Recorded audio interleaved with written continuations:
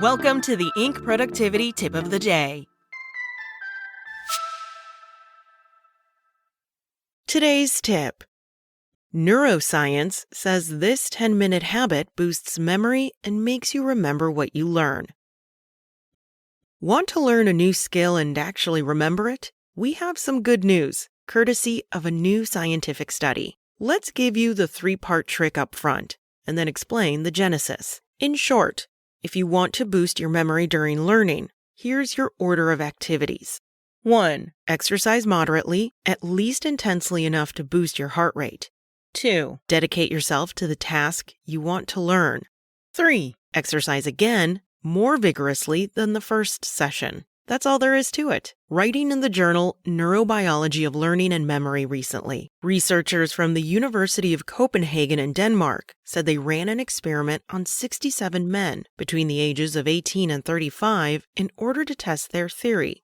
Some of them were required to exercise before working on a fine motor task that involved an unfamiliar computer game. Others were told not to. After the test, some of the participants exercised. Others were asked not to. The result was that they had groups of 4 participants: those who didn't exercise at all, those who exercised before the task but not after, those who exercised after the task but not before, those who exercised both before and after. The results, as you can probably imagine, those who exercised at all did better at remembering the skills involved with the game during a follow-up exam 7 days later than those who hadn't exercised at all. And those who exercised both before and after the task performed better a week later than everyone else.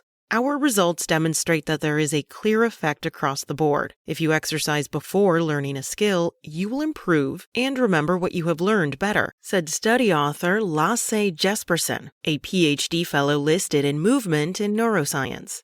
The same applies if you exercise after learning, but our research shows that the greatest effect is achieved if you exercise both before and after. Why does it work? The theory is simply that raising one's heart rate means more blood pumps through the brain during learning. Co-author Jesper Lundby Jensen, who is the head of the Movement and Neuroscience section, explained the theory. This is probably because physical activity increases the brain's ability to change, which is a prerequisite for remembering. You can imagine real-life applications for this theory, I suspect. It's something students might want to consider before classes, or that people who want to learn skills like playing musical instruments might want to try, or even that people who need to relearn mobility and other life skills after trauma might benefit from. As I write in my free ebook, Neuroscience: 13 Ways to Understand and Train Your Brain for Life, there's nothing more fascinating than the human brain and the unexpected ways in which it works.